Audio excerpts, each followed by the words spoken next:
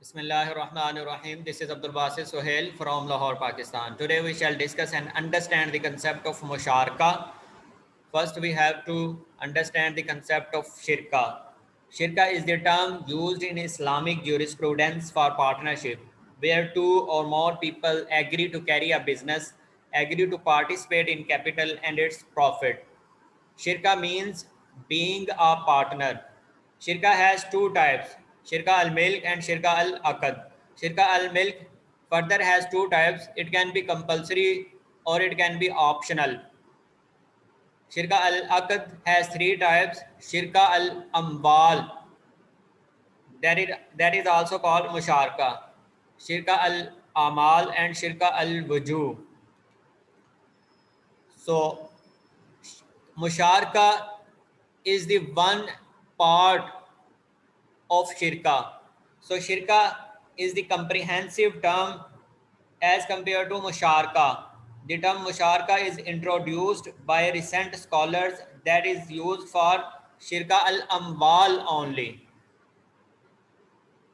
So we shall learn details of all the types of the shirka in next video, but we confine our discussion in this video up to musharka only. Musharka means sharing. Musharka is a partnership where all the partners contribute in investment, contribute in capital to do a business with intention to earn profit. So profit proportion is necessary to be determined, to be settled by the partners at the time of contract. Ratio of profit should be in proportion to the actual profit of business. It should not be in proportion to the investment.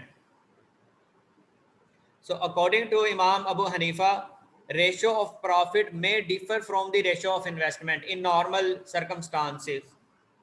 If a partner says in agreement that he will never work for musharka, then his share of profit cannot be more than the ratio of his investment.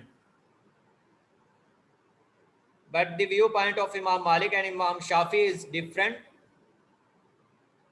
According to them, ratio of profit should be same to the ratio of investment.